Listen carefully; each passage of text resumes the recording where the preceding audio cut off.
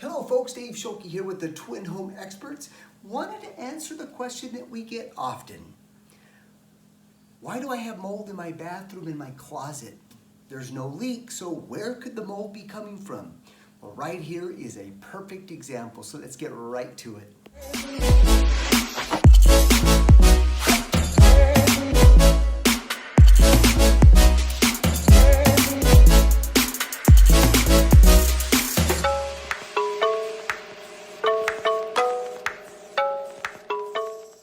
All right, folks, you ready?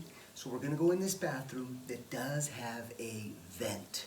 We've got the shower running, it's steaming in there, but you can see how this ventilation is not doing its job.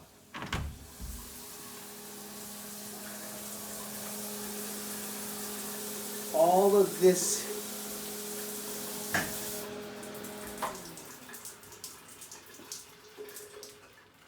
steam right here, folks. This is what causes the little small mold that grows on your ceiling. So the bathroom's right here. So this door is left open. If these closets left closed like this, you're gonna get a lot of heat, steam, moisture. It's gonna get trapped inside here. And this is the effects of it right here. Go ahead and come closer here, Steve. You could see the amount of black mold. This appears to be the black toxic mold, which is called Stachybotrys. And as you can see, it continues to come here and then it gets worse down below. That's all the mold there, folks. Now you're probably wondering, well, what's the best way to get rid of that mold in your bathroom or your closet? Well, what we really love when you have dew point mold, which is mold that grows on the surface, not from the inside of your walls, but from the surface because of that steam. We love using the RMR mold removal. It actually removes the stain as well. And what you're going to do is just apply a direct spray of RMR on top, just like that. Just going to let that sit, and you're going to see with your very own eyes that mold dissolves. It actually soaks into the substrates, kills the root of the mold as well.